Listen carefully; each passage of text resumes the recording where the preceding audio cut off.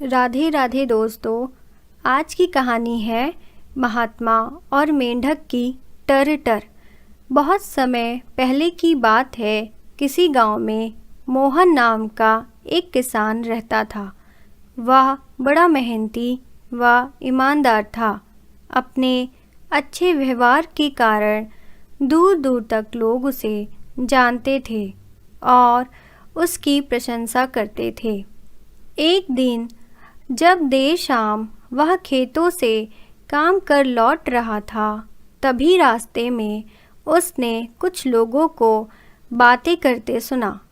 वे उसी के बारे में बात कर रहे थे।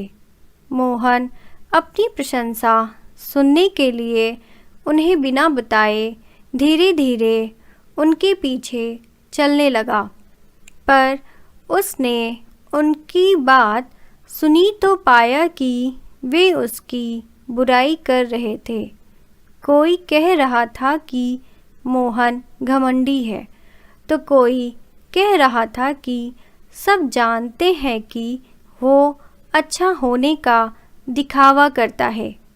मोहन ने इससे पहले सिर्फ अपनी प्रशंसा सुनी थी, पर इस घटना का उसके दिमाग पर बहुत बुरा असर पड़ा और अब वह जब भी कुछ लोगों को बातें करते देखता तो उसे लगता कि वे उसकी बुराई कर रहे हैं।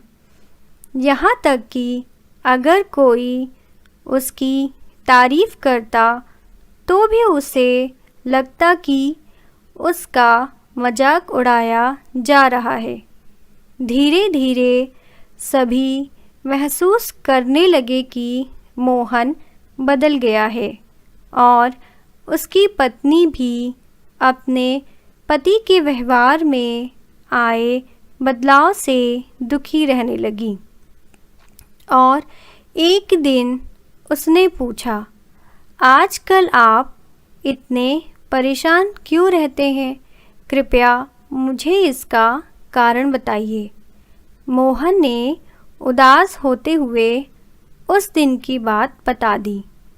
पत्नी को भी समझ नहीं आया कि क्या किया जाए, पर तभी उसे ध्यान आया कि पास के एक गांव में एक सिद्ध महात्मा आए हुए हैं और वो बोली, स्वामी, मुझे पता चला है कि पड़ोस के गांव में एक पहुँचे हुए संत आए हैं।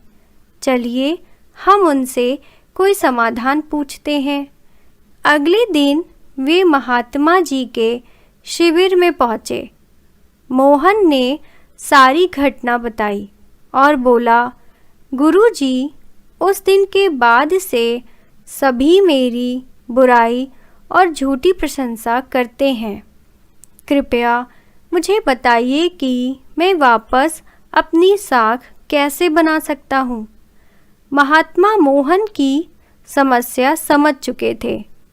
महात्मा कुछ सोचते हुए बोले, पुत्र, तुम अपनी पत्नी को घर छोड़ आओ और आज रात मेरे शिविर में ठहरो। मोहन ने ऐसा ही किया, पर जब रात में सोने का समय हुआ तो अचानक ही मेंढकों के टर टर की आवाज़ आने लगी। मोहन बोला, ये क्या महाराज, यहाँ इतना कोलाहल क्यों है? महात्मा जी बोले, पुत्र, पीछे एक तालाब है। रात के वक्त उसमें मौजूद मेंढक अपना राग अलापने लगते हैं। मोहन ने चिंता जताई और बोला, पर ऐसे में तो कोई यहाँ सो नहीं सकता। महात्मा जी बोले, हाँ बेटा, पर तुम ही बताओ हम क्या कर सकते हैं। हो सके तो तुम हमारी मदद करो। मोहन बोला, ठीक है महाराज, इतना शोर सुनकर लगता है कि मेंढकों की संख्या हजारों में होगी। मैं कल ही गांव से 50-60 मजदूरों को लेकर आता हूँ। और इन्हें पकड़कर दूर नदी में छोड़ आता हूँ। और अगले दिन मोहन सुबह सुबह मजदूरों के साथ वहाँ पहुँचा। महात्मा जी भी वहाँ खड़े सब कुछ देख रहे थे। तालाब ज़्यादा बड़ा नहीं था। 8-10 मजदूरों ने चारों ओर से जाल डाला और मेंढकों को पकड़ने लगे।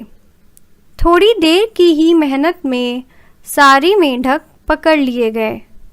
जब मोहन ने देखा कि कुल मिलाकर 40-50 ही मेंढक पकड़े गए हैं, तब उसने महात्मा जी से पूछा, महाराज, कल रात तो हजारों मेंढक थे, भला आज वे सब कहाँ चले गए?